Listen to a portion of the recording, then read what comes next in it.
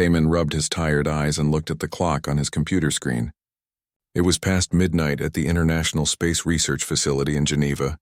Most scientists had gone home hours ago, but he stayed behind to finish his work. He was studying alien biology, even though Earth had never found intelligent aliens. His job was to think about how they might reproduce. It was all theory, all imagination, or so he thought. The laboratory was quiet except for the soft hum of computers. Taman liked working alone at night. No one bothered him. No one asked him awkward questions about his personal life. Just him and his research. Suddenly every alarm in the building started screaming at once. Red lights flashed across all the monitors. Taman jumped from his chair, his heart pounding. He thought it was a fire or maybe a power failure. Then he looked at the main screen and froze. Something massive had appeared in Earth's orbit. Something that definitely was not there before. The computer said it was a ship, not a satellite. Not a comet, a ship. And it was bigger than anything humans had ever built. Much bigger. The defense systems had not seen it coming. It just appeared, as if by magic. Taman's hand shook as he reached for his phone. Before he could call anyone, every screen in the lab changed. A message appeared in perfect Korean. He blinked and looked again. The message was also in English, Chinese, and dozens of other languages, all showing at the same time. Greetings to the people of Earth. We are the Valori. We come in peace. We request a meeting with your genetic research specialists. We need your help. Taman sat down slowly. His legs felt weak. This was impossible. This was what every scientist dreamed about. First contact with aliens, and they were asking for genetic researchers. That was his field. Within minutes, his phone exploded with calls. Dr. Haiwan, his boss, was calling. The government was calling. Everyone was calling. The world had just changed forever. 3 days later, Taman found himself in a conference room with the most important people on Earth. Presidents, generals, scientists, and diplomats filled the space. Everyone was nervous. Outside the space station where they met, the huge alien ship waited silently. Dr. Haiwan sat next to Taman. She was a strict woman who rarely smiled, but even she looked scared. She leaned close and whispered, "They asked for you specifically. They mentioned your research papers by name." Taman felt sick to his stomach. "Why me? You wrote about theoretical alien reproduction systems. Maybe they read your work somehow." Dr. Haiwan straightened her papers. "Just stay calm and be professional." The doors at the end of the room opened. Everyone fell silent. 3 figures walked in, and Taman forgot how to breathe. They looked almost human, but not quite. They were tall, taller than any human, with skin that seemed to glow softly with moving patterns of light. Their faces were beautiful but strange, with large eyes that held intelligence and sadness. They wore clothes that looked like they were made from liquid metal, flowing and changing colors as they moved. The one in front stepped forward. Her skin patterns glowed brighter, pulsing with different colors.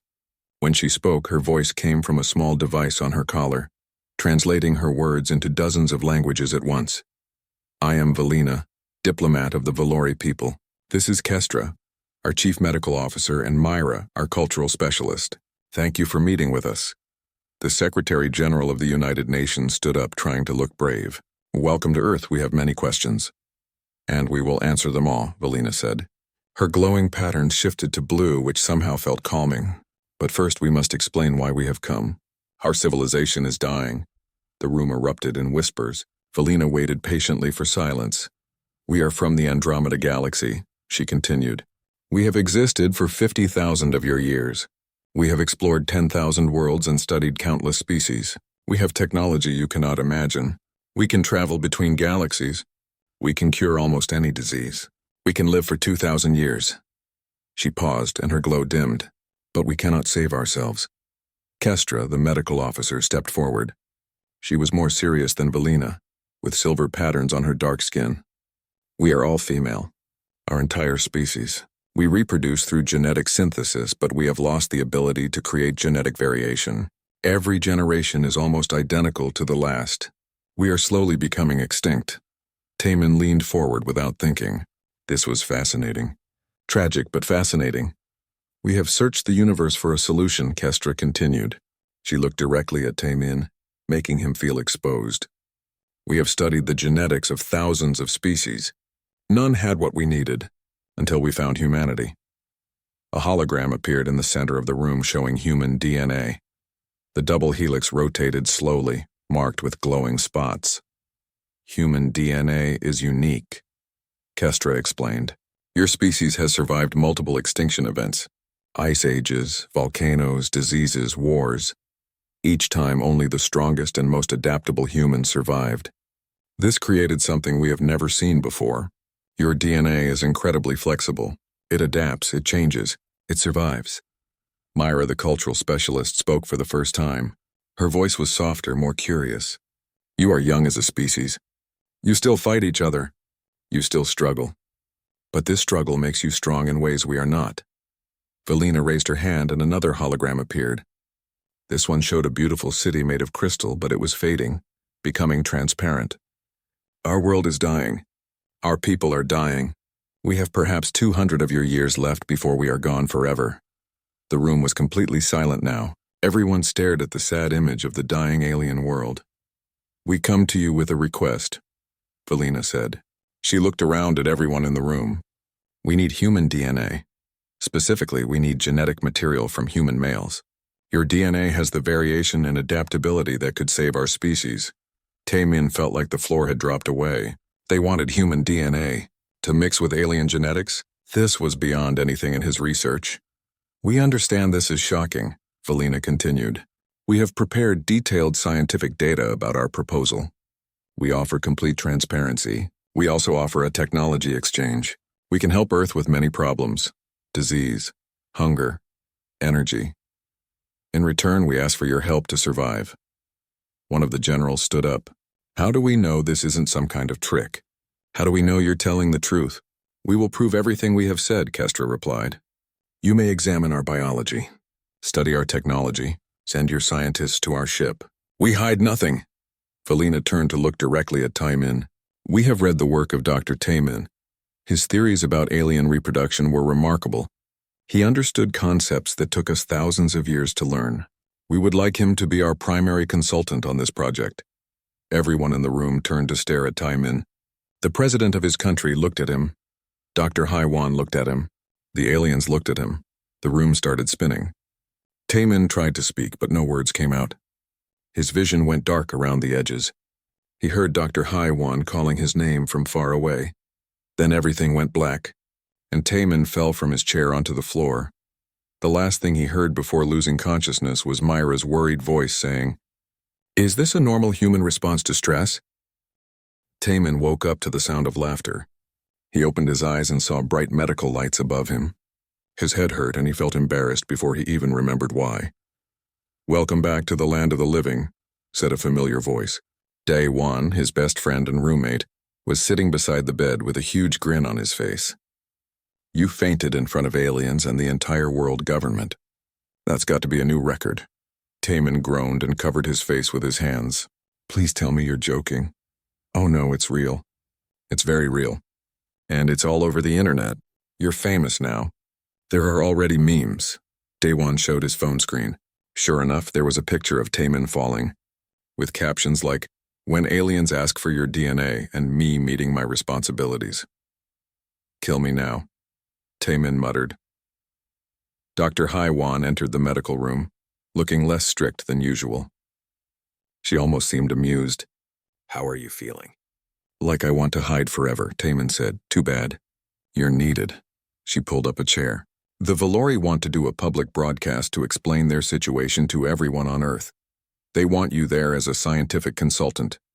And no, you cannot refuse. This is the most important event in human history. Over the next week, the world went crazy. The news showed nothing but stories about the aliens. Everyone had an opinion. Some people were excited. Others were terrified. Religious leaders gave speeches. Scientists gave speeches. Politicians argued on television. A new diplomat arrived to lead Earth's negotiations. Her name was Jiwoo, and she was smart and professional. She did not waste time on small talk. When she met Taemin, she looked him up and down and said, "Try not to faint again. We need you awake." The Valori agreed to a global broadcast. Billions of people watched as Valina explained their situation again, this time to everyone on Earth. She showed images of their beautiful world, with cities that looked like they were made from light and crystal. She showed their people, all female, all sad. She showed their children growing fewer with each generation. "We do not come as conquerors," Valina said to the cameras. "We do not come to take. We come to ask. We come to trade. We offer our knowledge for your help. We believe both our peoples can benefit from cooperation." After the broadcast, the arguments got worse.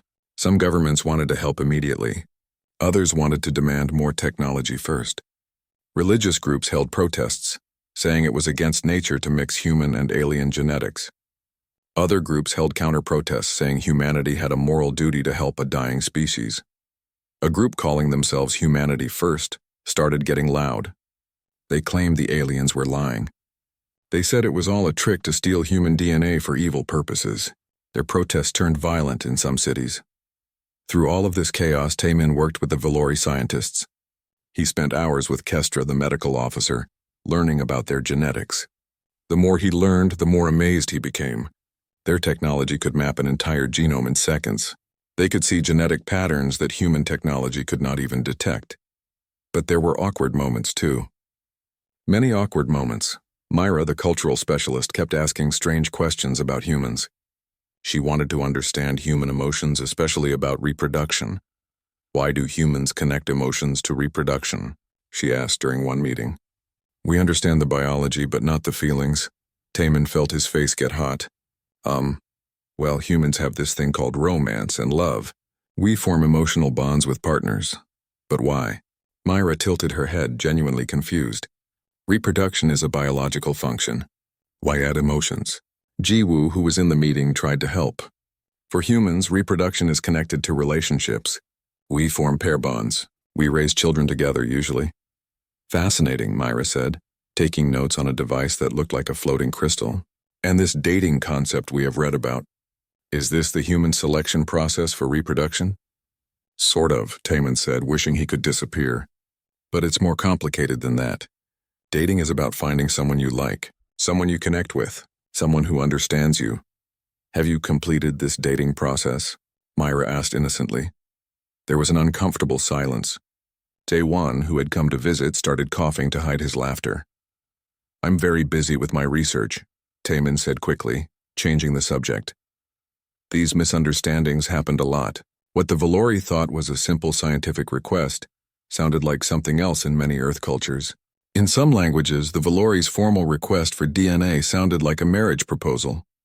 In others, it sounded like they were asking for children. The translation problems caused confusion and many jokes on the internet. But beneath the jokes and misunderstandings, Taemin saw something sad. Late one night, he was working alone in the lab on the Valori ship when Kestra came to check his work. She looked at his calculations in silence for a long time. "You understand what we are feeling," she said quietly. "I can see it in your work. You understand loneliness?" Taemin looked up, surprised. "What do you mean?" "Our people live for 2,000 years, but we feel alone. We are all so similar. We think the same way, feel the same things. There is no surprise. No new perspective. We exist, but we do not truly live." Kestra sat down, and her skin patterns dimmed to almost nothing. "When we found humanity, we found something we had lost. Chaos, change, difference. You argue with each other. You have different opinions. You create new things. You are alive in a way we have forgotten how to be." Taemin did not know what to say. He had always thought his loneliness was a personal problem. He never imagined an alien species could feel the same way. "Is that why you volunteered for this mission?" he asked. "Yes," Kestra admitted. "I hoped that meeting humans would help me remember what it means to be truly alive. To feel something new." Before Taemin could respond, Jiwoo rushed into the lab. She looked worried. "We have a problem," she said. "Earth governments are getting impatient. Some want more technology before agreeing to help. Others want to refuse entirely. And the Humanity First movement is growing. They are planning major protests." Valina called an emergency meeting. All the human delegates and Valori representatives gathered. "We understand your concerns," Valina said. "We propose a compromise. Instead of just a DNA exchange, we offer a full partnership, a cultural and scientific exchange program. We share our technology. You share your knowledge. We learn from each other." "What kind of technology?" one of the generals asked. We can help cure diseases that kill millions of your people, Kestra said. We can help with your climate problems. We can provide clean energy. We can teach you about worlds beyond your galaxy. And what exactly do you need from us? Jiwoo asked. We need help understanding how human genetics work, Kestra explained. We need researchers who can work with our scientists. And yes, we need genetic material. But we want volunteers only. We want people who choose to help us. We will never force anyone. This requires trust, Valina added. We know trust must be earned. We are willing to prove ourselves. Send a team to our ship. Let them study everything. Let them see our world. Let them decide if we are telling the truth. The officials talked among themselves. Finally, Jiwoo stood up. Earth will send a research team to your ship. They will study your technology and your genetics. They will verify your claims. If everything you say is true, we will consider a partnership. Valina's skin patterns brightened with relief. Thank you. Who will be on this team? Everyone looked at Taemin. No, he said immediately. I'm not ready for this. You are the most qualified, Dr. Haiwan said firmly.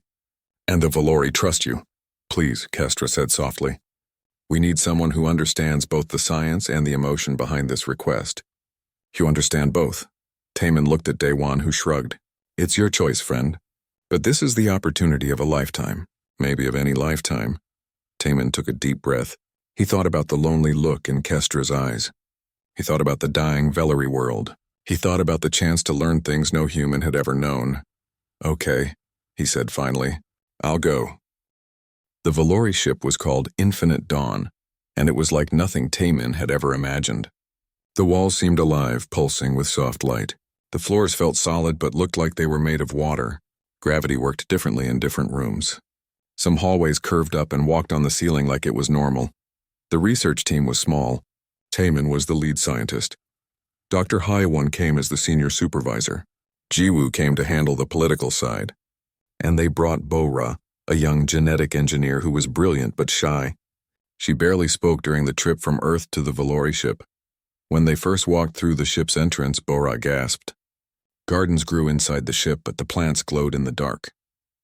They moved slowly like they were breathing. Water floated in spheres through the air, and small creatures that looked like birds made of light flew between them. This is beautiful, Bo-Ra whispered. It was the first full sentence she had said all day. Our ship is alive, Valina explained. It grows with us, changes with us. It is part of our family. Myra immediately attached herself to Bo-Ra, asking endless questions about human emotions. Bo-Ra, who was usually too nervous to talk, somehow found it easier to talk to an alien. Soon they were having long conversations about human feelings, love, and friendship. Taemin started working with Kestra in the main laboratory. The technology there made Earth's best equipment look like children's toys. Machines that could read DNA floated in the air. Holograms showed genetic structures in 3 dimensions. Kestra could look at a single cell and see its entire genetic history. This is incredible, Taemin said, watching a hologram of human DNA rotate in front of him. How long did it take to develop this technology? About 5,000 years, Kestra said casually. We had time. Too much time, perhaps. They worked for hours each day. Taemin learned that the Valori did not sleep like humans. They rested for only 2 hours every few days. They did not eat solid food either. They absorbed nutrients from a liquid that tasted like nothing but satisfied hunger perfectly. The more Taemin studied Valori genetics, the more he understood their problem. Their DNA was perfect. Too perfect. Every Valori was nearly identical to every other Valori. No mutations. No variations. No surprises. Their genetic code was like a beautiful song that played the same notes over and over until it became meaningless. Human DNA, by comparison, was messy. It had mistakes and mutations. It had pieces that did not seem to do anything. It had scars from diseases that humans survived thousands of years ago. But all that messiness meant humans could adapt. They could change. They could survive new challenges. Your DNA remembers every challenge your species faced, Kestra explained one night when they were working late. Here, look. She pointed to a section of the hologram. This is from when your ancestors survived an ice age. And this is from a plague that killed millions. And this is from volcanic winters. Each challenge left a mark, but also a solution. Your DNA learned from suffering. That's actually beautiful in a sad way, Taemin said. Our DNA forgot how to learn. Kestra said quietly. We made ourselves too perfect, too safe for too long. Now we cannot change. And the universe requires change to survive. They often talked late into the night about more than just science. Taemin learned that Valori felt loneliness deeply, even though they lived so long. Kestra was over 400 years old. She had seen empires rise and fall. She had traveled to 50 different star systems. But she felt empty inside. We live for 2,000 years, but we barely feel anything, she said one night. You humans live for maybe 100 years, but you feel everything so strongly. You love, you hate, you laugh, you cry. You are so alive. Being alive hurts sometimes, Taemin admitted. Feeling everything is not always good. But it is real, Kestra said. She reached out and touched his hand. It was the first time a Valori had touched him on purpose. Her hand was warm and her skin felt smooth like silk. You are real. Your feelings are real. We have forgotten how to be real. Taemin felt his face get warm. He changed the subject quickly. I think I found something important in your genetic code. Look at this, he showed her his analysis. Human DNA has scars from near-extinction events. At least 6 times humans almost died out completely. Maybe only a few thousand people survived each time. But we survived because our DNA could adapt. Your DNA does not have these scars because you never faced extinction. You have been safe and stable for 50,000 years. So our safety killed us slowly, Kestra said. And your danger made you strong. Yes, that is exactly it. Their conversation was interrupted by alarms. Jiwoo ran into the laboratory looking terrified. We have a problem on Earth, she said. A big problem. A hologram appeared showing news from Earth. The Humanity First movement had grown larger and more violent. They had convinced some people in the military that the Valori were dangerous. One of Earth's warships was moving toward the Valori ship. They are going to attack, Jiwoo said. I am getting messages from my contacts. Some military leaders think they can capture the Valori ship and steal the technology. That is insane, Dr. Haiwan said. The Valori technology is centuries ahead of ours. Valina entered the laboratory. Her skin patterns were flashing red, which they had learned meant alarm. One of your warships is targeting our vessel. We are receiving threats, and can you defend yourself? Jiwoo asked. Of course, Valina said. Our shields could stop anything you have. We could destroy your entire fleet in seconds if we wanted to. But you won't, Taemin said. He understood now. You won't fight back because you want to show us you come in peace. Correct, Valina said. We will not harm humans even if humans harm us. We need you to trust us. Violence would destroy that trust forever. They are firing, Kestra said, watching a monitor. The ship shook slightly, like a small earthquake. Then nothing. The attack had not even scratched the Valori shields. But the message was clear. Some humans did not want peace. Taemin felt ashamed. I am sorry. Not all humans are like this. We know, Valina said. Her patterns changed to blue, the calming color. We have studied your history. We know you are capable of both great kindness and great violence. This is part of what makes you fascinating, and dangerous, and valuable. What happens now? Bora asked. She looked scared. Now Earth must decide, Valina said. Do you want partnership? Or war? We will not fight you. But if you choose violence, we will leave and never return. Your species will miss the greatest opportunity in your history. Jiwoo was already on her communication device, talking rapidly to officials on Earth. Dr. Haiwan looked worried. Bora was crying quietly. Myra tried to comfort her, confused about why humans cried when they were sad. Taemin stood next to Kestra watching the monitors. More ships were coming. But so were transmissions from Earth governments condemning the attack. Most nations did not want war. Most people did not want to lose this chance.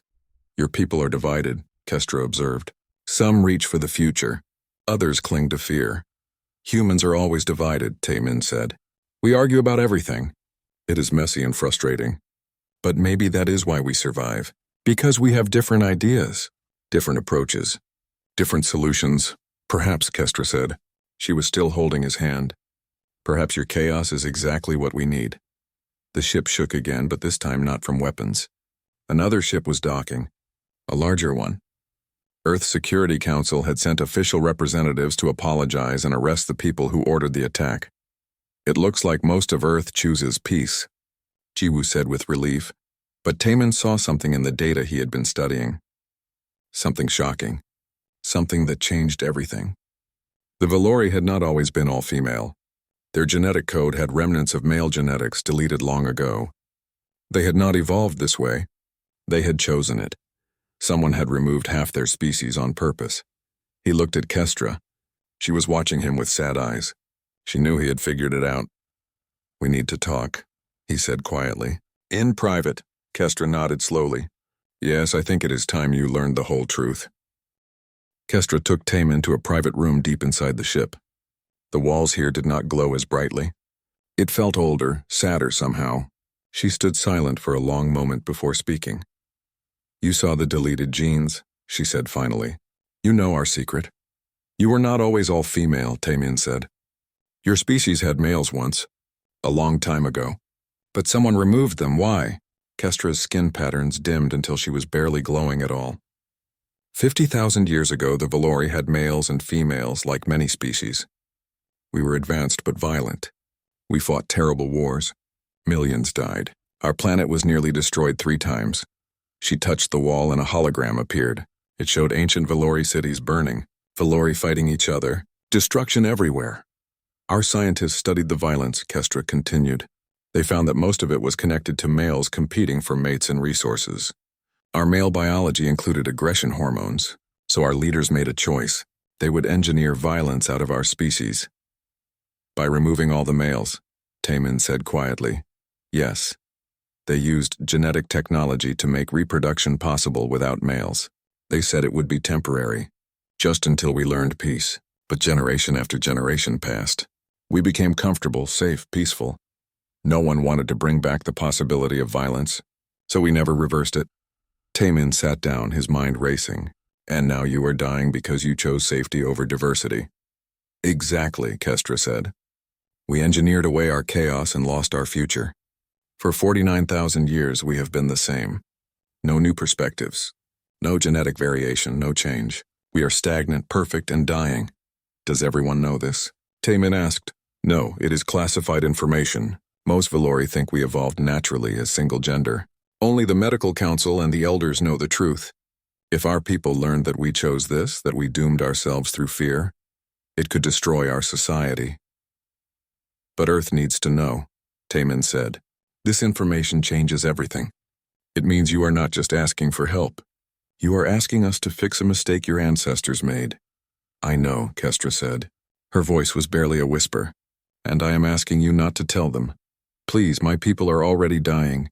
If they lose hope too, we will fall apart before the genetic death even finishes us. Taman stood and paced the room. This was impossible. How could he keep this secret? But how could he destroy an entire civilization by revealing it? I need time to think, he said. Over the next few days, the situation on Earth got more complicated. The attack on the Valori ship had embarrassed most governments. The people who ordered it were arrested, but it made everyone nervous. The Humanity First movement grew even larger, claiming the arrest proved the government was controlled by aliens. Taman became famous without wanting to be. News channels showed his face constantly. They called him the bridge between worlds. Daewon sent him messages every day with new memes and jokes. Some were funny. Most were embarrassing. You are more famous than movie stars now, Daewon messaged. People are making songs about you. Very bad songs, but still. Dr. Haiwan noticed that Taman seemed distracted. Are you okay? You have been quiet. Just thinking about the genetics, he lied. It is very complicated, but the truth was eating at him. Every time he saw Kestra, he thought about the secret. Every time he worked on the DNA analysis, he saw the evidence of the ancient deletion. Every time Jiwoo talked about the negotiations with Earth, he wanted to scream the truth. Then the Valori made a new proposal. Felina called a meeting with all the human delegates and broadcast it to Earth. We understand Earth's concerns, she said. We are not asking for a simple trade anymore. We propose something bigger, a 1,000-year partnership between our peoples. We will share all our technology, all our knowledge. We will help you solve your problems. In return, we ask for your help in restoring our genetic diversity. What kind of help? Jiwoo asked, though she already knew. We need a voluntary DNA donation program, Kestra explained. We need human men who choose to help us. We will combine their genetic material with ours carefully and ethically. The goal is not to make hybrids, but to restore the genetic flexibility we lost. The proposal was sent to all Earth governments. A referendum would be held.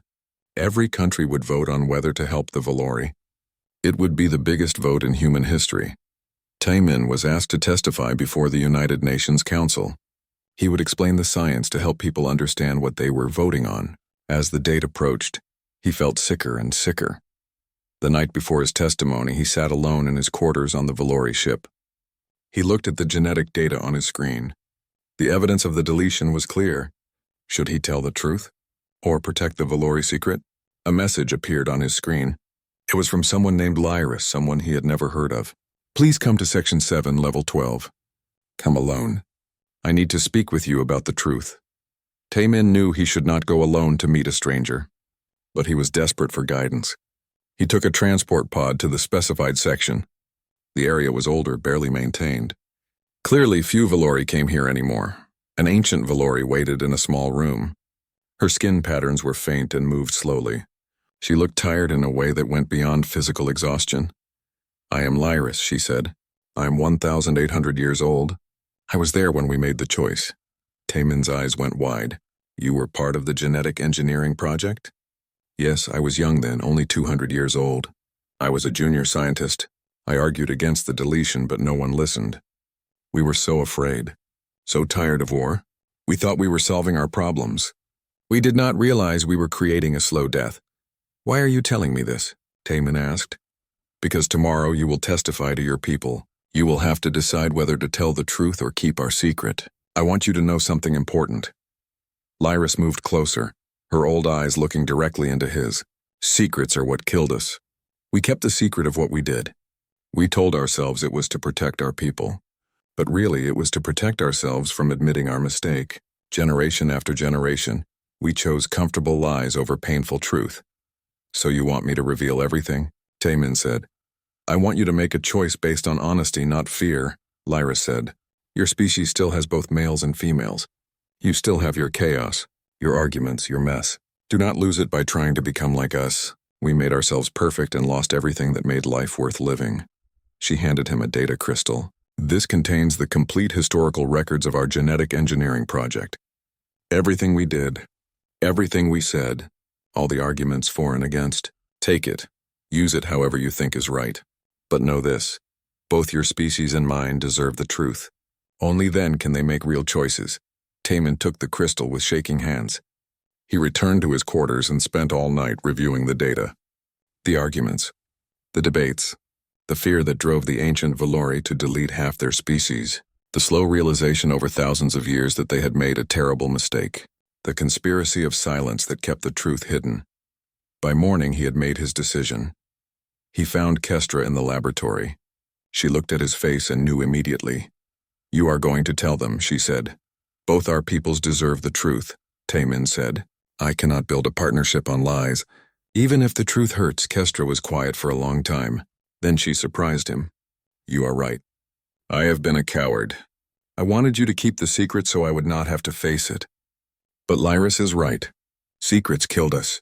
Maybe truth can save us. You are not angry? Taemin asked. I am terrified, Kestra admitted. But I am also relieved. I am tired of carrying this secret. I will stand with you when you tell them. It might destroy the partnership, Taemin warned. Then we never deserved it, Kestra said. She took his hand again, and this time she did not let go. Truth is more important than comfort. Your species knows this. It is time mine learned it too. The next day, Taemin stood before the United Nations Council. Behind him stood Kestra. The room was packed with representatives from every nation. Cameras broadcast to the entire world and to the Valori ship. Taemin took a deep breath and began to speak. I need to tell you something that will change everything. The room was completely silent as Taemin spoke. He explained everything, the ancient Valori wars, the decision to remove males from their species, the 50,000 years of slowly dying because of that choice, the secret that was kept from most Valori people. When he finished, the silence continued for several long seconds. Then the room exploded with noise. Everyone was shouting at once. Some were angry. Some were shocked. Some were confused. You lied to us, one delegate screamed at Velina. We did not lie, Velina said calmly, though her skin patterns showed distress. We simply did not tell you everything, and most of my people did not know either. We were lied to by our own leaders. How can we trust you now? Another delegate demanded. Kestra stepped forward. You cannot, she said simply. Trust must be earned again. We understand this, but consider, we could have kept this secret forever. Dr. Taemin could have kept silent. Instead, we chose truth. Even though it hurts us, even though it might destroy our only chance at survival. On the Valori ship, the broadcast of Taemin's revelation caused chaos. Valori, who had never known their true history, were shocked and angry. Some demanded that their leaders step down. Others refused to believe it. The ship itself seemed to dim, as if it could feel the distress of its people. Myra came to find Bora, who had become her friend. Is this what humans call betrayal? Myra asked. I feel strange. Like my chest is tight, my skin patterns will not stabilize. That is sadness, Bora said gently. And maybe anger. Those are normal feelings when you learn that people you trusted kept secrets from you. I do not like these feelings, Myra said. No one does, Bora agreed. But they are part of being alive, part of being real. On Earth, the reaction was just as intense. The Humanity First movement claimed, this proved the Valori could not be trusted. They organized huge protests. But others argued the opposite. The fact that the Valori revealed their own shameful secret showed they were serious about honesty and partnership. Debates raged for days. Some people said Earth should refuse to help. Why should humans fix a problem the Valori created themselves? Others said that was exactly why humans should help. The Valori were willing to admit their mistake and ask for help. That took courage. Taemin watched the chaos he had created and wondered if he had made the right choice. Dr. Hyawan found him sitting alone in a conference room, looking miserable. Stop doubting yourself, she said firmly. You did the right thing. Both species needed the truth. But what if the vote fails? Taemin said. What if Earth refuses to help now? The Valori will go extinct and it will be my fault. If Earth refuses, it is because we are not ready to be the species we claim to be, Dr. Hyawan said. But I do not think we will refuse. I think most humans are better than we give ourselves credit for. Meanwhile, something unexpected was happening among the Valori. The younger generation, the ones who had never known the true history, started speaking out. One of them was a scientist named Hana, who worked with Bora. For 50,000 years we were told we were perfect, Hana said in a broadcast to both Valori and humans. We were told our way was the best way. We were told peace required sameness. But look where that brought us. To extinction. The humans show us something we forgot. That difference is not dangerous. It is necessary. That chaos is not the enemy. Stagnation is, other young Valori agreed. They said they wanted to learn from humanity. They wanted to feel the intensity of emotions that humans felt. They wanted the chance to argue and disagree and be different from each other. Belina called another meeting. This time she spoke not just to Earth's leaders but to both peoples. We made a terrible mistake 50,000 years ago, she said. We thought we could engineer away violence by removing half our species. We were wrong. We did not remove violence. We removed change, growth, adaptation, life itself.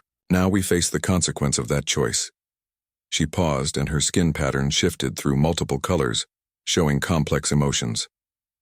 We could die with our pride intact, Valina continued. We could keep our secrets and fade away as the perfect, peaceful species we tried to become. Or we can ask for help. We can admit our failure. We can learn from those who still have what we lost. The choice is yours, Earth, and the choice is yours, my people. Do we choose comfortable death or uncomfortable life? The vote was scheduled for the end of the week. Every nation on Earth would vote. Every person who wanted to could vote in their country. It would be the closest thing to a true global decision that humanity had ever attempted. Taemin spent those days working with Kestra. They developed a detailed plan for how the genetic intervention would work. It would be voluntary. Strict ethical guidelines would be followed. No one would be forced to participate. The goal was not to create hybrid beings, but to restore genetic diversity to the Valori. If this works, Kestra said one night, we might eventually be able to restore males to our species. Not the aggressive, violent males of our past, but a new version. Balanced, equal, part of our community again. Would your people want that? Taemin asked. I do not know, Kestra admitted. It terrifies many of us. We have lived without males for so long that the idea of bringing them back feels dangerous, but perhaps that fear is exactly why we should do it. We chose fear once and it killed us. Maybe this time we should choose courage. The day of the vote arrived. Taman was back on Earth in Geneva, watching the results come in. Daewon was with him, for once not making jokes. Bora was there too, holding hands with Dr. Haiwan, both of them too nervous to speak. The votes were counted. Country after country reported their results. It was close, very close. Some nations voted strongly yes, others voted strongly no. The results came down to the final few countries. When the last vote was counted, Jiwoo looked at the final number and smiled. It passed. 67% voted yes. Earth will help the Valori. Taman felt his legs go weak. They had done it. Despite everything, despite the secrets and the fear and the humanity first protests, most humans had chosen to help. On the Valori ship, Valina received the news and her entire body glowed brighter than anyone had ever seen. For the first time in thousands of years, the Valori had hope. The project was named Genesis. Over the next months, hundreds of thousands of human men volunteered to donate genetic material. Scientists from both species worked together. Taemin and Kestra led the effort, along with Bora and many others.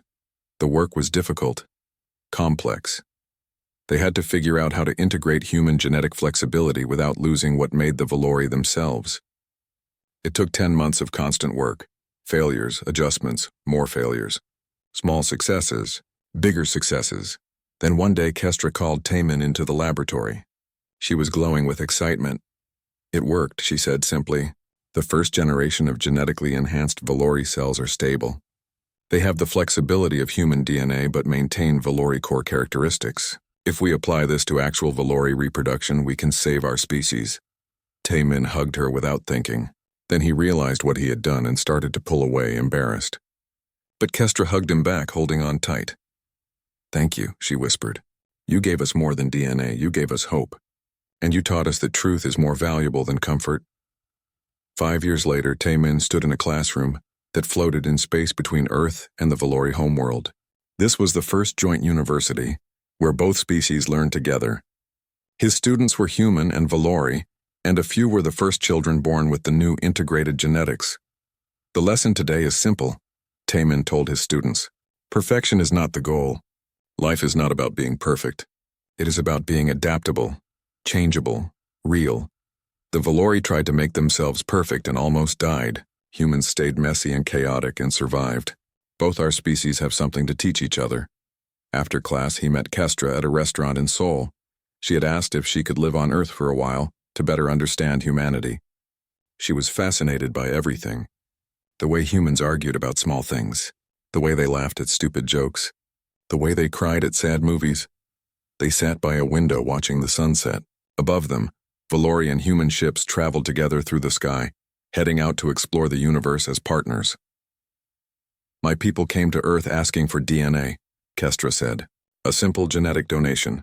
But you gave us so much more." "What is that?" Taemin asked. "You gave us permission to be imperfect, to be uncertain, to be afraid and brave at the same time, to change, to live." She looked at him with her large, luminous eyes. "You showed us that the best things in life come from chaos, not order. From difference, not sameness. From taking risks, not staying safe." Taemin smiled. "And you taught us that we are not alone. That intelligence and kindness exist across the universe. That our mess and chaos are not things to be ashamed of, but gifts to be shared." They sat in comfortable silence as the sun set over Seoul. Two scientists from different worlds. Two friends who had helped save a civilization by choosing truth over comfort. Two people who proved that the best partnerships are built not on perfection, but on honest, messy, beautiful reality. Somewhere above them, in the darkness of space, human and Valori ships traveled together toward a future that neither species could have imagined alone. A future built on truth, cooperation, and the courage to embrace imperfection.